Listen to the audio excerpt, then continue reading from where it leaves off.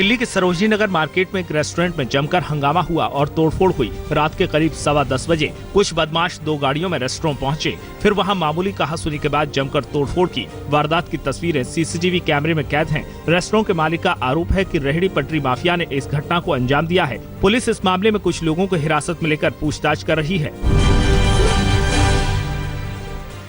दिल्ली में एक लड़की ने ससुराल वालों से तंग आकर खुदकुशी कर ली। उसके पिता दिल्ली पुलिस में हवलदार पद पर तैनात हैं। बेटी की मौत की खबर मिलते ही परिजनों ने थाने में जमकर हंगामा किया। घर वालों के मुताबिक ससुराल वाले उसे दहेज के लिए तंग करते थे। कोमल नाम की लड़की की शादी पिछले साल जनवरी में हुई थी। इस मामले में पुलिस ने कोमल के पति को हिरासत में ले लिया है।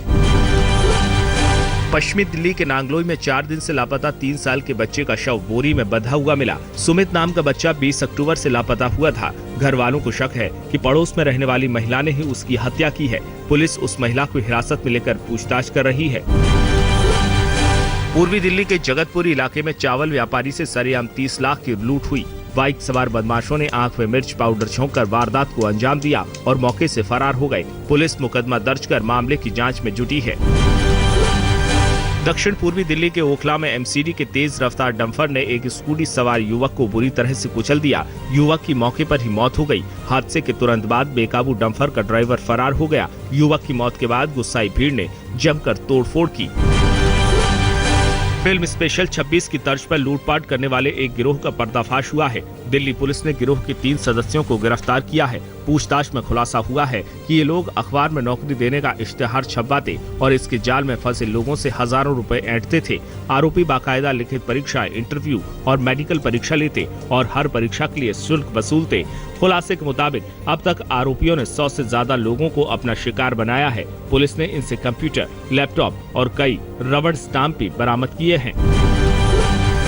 दिवाली से पहले दिल्ली वालों की मुश्किलें बढ़ गई हैं। राजधानी में कूड़े का ढेर नजर आ रहा है। शुक्रवार से सफाई कर्मियों की अनिश्चितकालीन हड़ताल जारी है। वजह है कि सफाई कर्मचारियों को तनख्वाह मिलनी बंद हो गई है। हड़ताल को खत्म करने के लिए अब तक कोई ठोस पहल नजर नहीं आई है।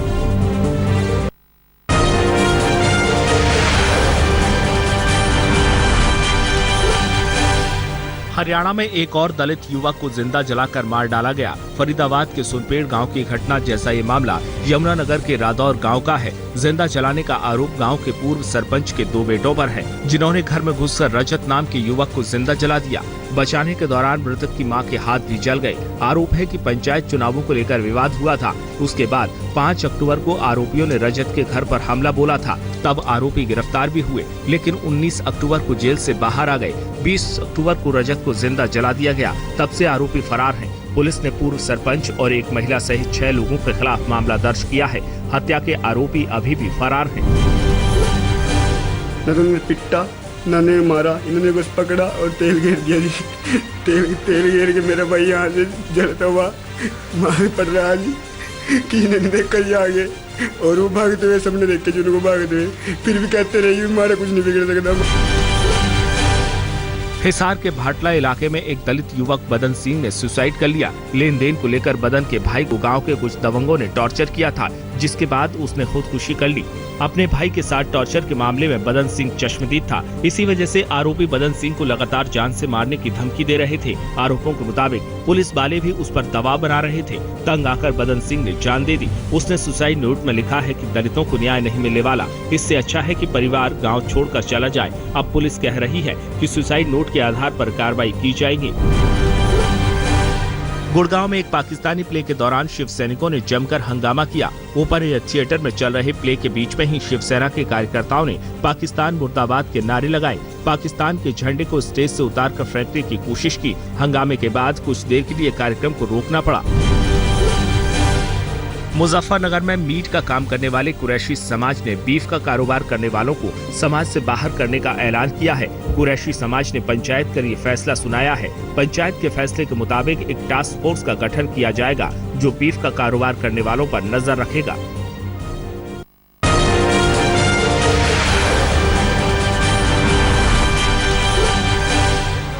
कानपुर में 2 गुटों में झड़प के बाद जमकर हिंसा हुई। कल हुई फायरिंग में एक दारोगा को पैर में गोली लग गई। भीड़ ने 2 गाड़ियों को आग लगा दी, पुलिस पर पथराव किया। बवाल के बाद पूरे इलाके में तनाव फैल गया। हालात पर काबू पाने के लिए पुलिस को भी फायरिंग करनी पड़ी। अब वहां बड़ी संख्या में पुलिस बल तैनात किया गया है। ग्वालियर में दो समुदाय में झड़प के बाद शहर के कुछ क्षेत्रों में कर्फ्यू लगा दिया गया। प्रशासन ने शहर में शांति बनाए रखने के लिए लोगों से अपील भी की। फिलहाल हालात काबू में हैं। बिहार के दरभंगा में एक कार ने 3 बच्चों को रौंद दिया। हादसे में तीनों बच्चे गंभीर रूप से जख्मी हो गए। इसके बाद गुस्साई भीड़ ने कार को आग के हवाले कर दिया। हंगामे की वजह से कई घंटों तक जाम लगा रहा। इस मामले में पुलिस केस दर्ज कर फरार कार ड्राइवर की तलाश कर रही है। यूपी के संभल में ओवरटेक करने के चक्कर में 2 ट्रैक्टर ट्रॉली पलट गई, जिसमें 7 लोगों की मौत हो गई। करीब 30 से ज्यादा लोग जख्मी हो गए। सभी पीड़ित ताजिए का मेला देखकर लौट रहे थे। मेरठ में एक केमिकल गोदाम में अचानक भीषण आग लग गई। देखते ही देखते गोदाम में रखे थिनर और पेंट के ड्रमों में विस्फोट होने लगे। मौके पर पहुंचे फायर ब्रिगेड के कर्मचारियों ने करीब 2 घंटे की मशक्कत के बाद आग पर काबू पाया। आग की वजह अब तक साफ नहीं हो पाई है। हाथरस की नवीपुर बस्ती में रुई की एक फैक्ट्री में आग लग गई। इस वजह से फैक्ट्री के अंदर रखी कपास जलकर खाक हो गई। इसमें लाखों की कपास के खाक होने का अनुमान है। हैदराबाद में नगर निगम की बड़ी लापरवाही सामने आई है। अलवल इलाके में निगम के कर्मचारी एक अवैध निर्माण तोड़ने पहुंचे। तब घर के अंदर 60 साल के बुजुर्ग सो रहे थे, लेकिन कर्मचारियों ने वहां बिना पड़ताल किए कार्रवाई शुरू कर दी। बुजुर्ग मकान के मलबे में दब गए। बाद में कर्मचारियों ने उन्हें मलबे से निकालकर अस्पताल पहुंचाया। पीड़ित के मुताबिक मकान तोड़ने के लिए उन्हें कोई नोटिस नहीं मिला था। सीमा पार से सीज फायर का उल्लंघन शनिवार को भी जारी रहा। पाकिस्तान की ओर से सांबा सेक्टर में बीएसएफ के कई पोस्ट को निशाना बनाया गया। गोलीबारी में कई लोग जख्मी हो गए।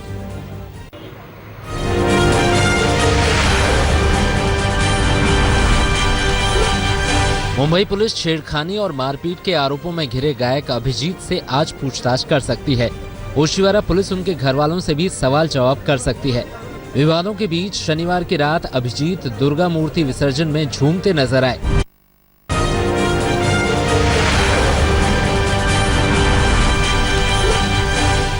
छेड़खानी का विरोध किया तो दबंगों ने बुजुर्ग नाना को ईंटों से पीट कर मार डाला। ये दर्दनाक हादसा यूपी के फिरोजाबाद का है। बताया जाता है कि अपनी नातिन से छेड़खानी की शिकायत लेकर बुजुर्ग आरोपी के घर गए थे।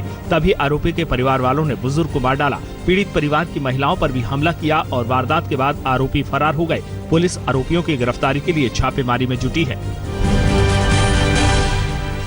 मुरादाबाद में लड़की से रेप का मामला सामने आया है। पीड़ित का आरोप है कि उसे 2 लड़कों ने नशीला पदार्थ पिलाकर बलात्कार किया। होश में आने के बाद वो किसी तरह अपने घर पहुंची और परिजनों को सारी बात बताई। घर वालों ने आरोपियों के खिलाफ नामजद रिपोर्ट दर्ज कराई है। पुलिस ने एक आरोपी को गिरफ्तार कर लिया है।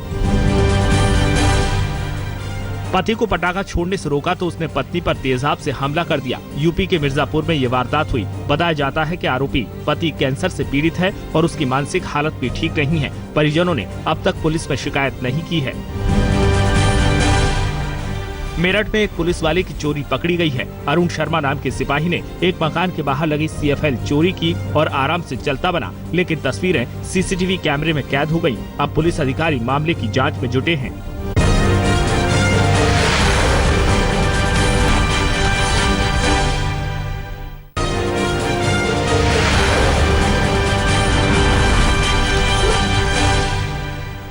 तांत्रिक से मुलाकात को लेकर बिहार के मुख्यमंत्री नीतीश कुमार ने विरोधियों को करारा जवाब दिया है। उन्होंने कहा है कि बीजेपी चुनावों को देखते हुए नकारात्मक कैंपेन चला रही है। उन्होंने आरोप लगाया कि लालू से गठबंधन के बाद से ही बीजेपी के पेट में दर्द हो रहा है। तांत्रिक से मुलाकात पर जवाब देते हुए नीतीश ने दाल की महंगाई को लेकर प्रधानमंत्री मोदी पर निशाना साधा। हद है भाई, चुनाव में नारा लगता था हर हर मोदी, घर घर मोदी। अब आजकल नारा लग रहा हर हर मोदी। तो इनकी हालत ये है। वैशाली में चुनावी सभा के दौरान झारखंड के मुख्यमंत्री रघुवर दास नहीं पहुंचे तो वहां लोगों ने जमकर हंगामा किया। महनार विधानसभा क्षेत्र में रघुवर दास को आना था, लेकिन जैसे ही उनके नहीं आने की घोषणा हुई, लोगों ने बैरिकेड तोड़े, कुर्सियां फेंकी और नारेबाजी की। बिहार में अगले चरणों के चुनाव के लिए प्रधानमंत्री नरेंद्र मोदी की चुनावी रैली फिर से शुरू हो रही हैं। आज वे छपरा, हाजीपुर, नालंदा और पटना में 4 रैलियों को संबोधित करेंगे। अगले 6 दिनों में प्रधानमंत्री की 13 रैलियां होनी हैं।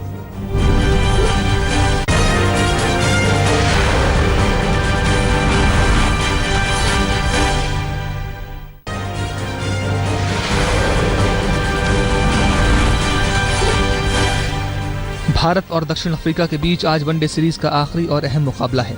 मुंबई के वानखेड़े स्टेडियम में खेले जाने वाले इस मैच का विजेता ही सीरीज का विजेता होगा। दोनों टीमें 2-2 मैच जीत चुकी हैं। विराट कोहली ने कहा है कि टीम इंडिया हर चुनौती के लिए पूरी तरह तैयार है।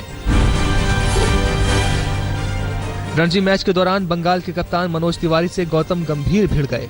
आरोप है कि गंभीर ने मैच अंपायर को भी धक्का मारा। हालांकि गंभीर ने इन आरोपों को खारिज किया है। गंभीर की माने तो मनोज तिवारी हेलमेट के बहाने जानबूझकर समय बर्बाद कर रहे थे। इसी बात को लेकर कुछ कहासुनी हुई थी। बाद में अंपायर के बीच बचाव के बाद सब कुछ ठीक हो गया। वहीं मनोज तिवारी का कहना है कि गंभीर झूठ बोल रहे हैं। मैच रेफरी ने इस मामले में मैच फीस का 50% जुर्माना लगाया है। पाकिस्तान के बल्लेबाज यूनिस खान ने अपने नाम एक रिकॉर्ड किया है। वो टेस्ट क्रिकेट में 9000 रन बनाने वाले पहले पाकिस्तानी बल्लेबाज बन गए हैं। 103वें टेस्ट में यूनिस ने ये कारनामा किया।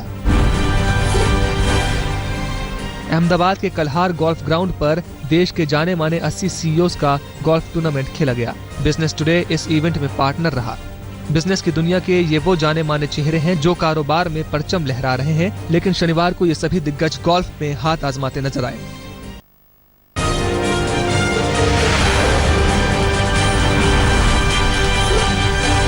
फिलिस्तीन के वेस्ट बैंक में एक युवक की बेरहमी से पिटाई और घसीटे जाने का मामला सामने आया है।